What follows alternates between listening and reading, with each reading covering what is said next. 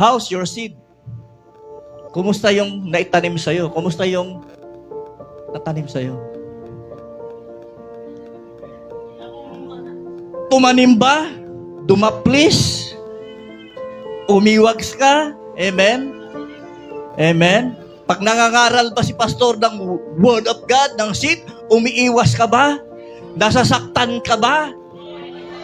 O lumalago ka? Amen?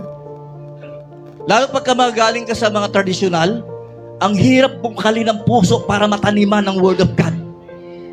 Amen? Kailangan pa talaga ng illustration, kailangan pa ng demonstration para masabi talaga na ang Word of God ay totoo. Ang Word of God nagsasabi ng mayroong impyerno. Ang Word of God nagsasabi na mayroong demonyo. Ngayon, kung hindi ka aware sa mga yan, anong gagawin mo? Wala kang paghahandaan? Maghanda ka. Dahil ang demonyo, mautak pa kaysa sa'yo yan. Tuso yan. Alam ng demonyo kung paano ka babagsak. Alam ng demonyo kung paano ka manghina. Ngayon kung wala kang gagawin, wala kang naitanim. Amen?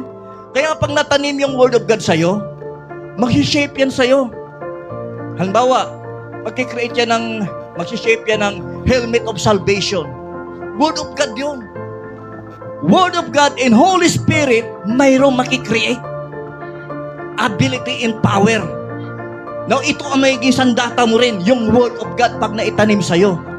Kapag mayroon kang breastplate of righteousness, Word of God yun. May naitanim ka rito kaya nagkikreate siya ng weapon. Paano kung walang naitanim? Ano nakikreate sa'yo?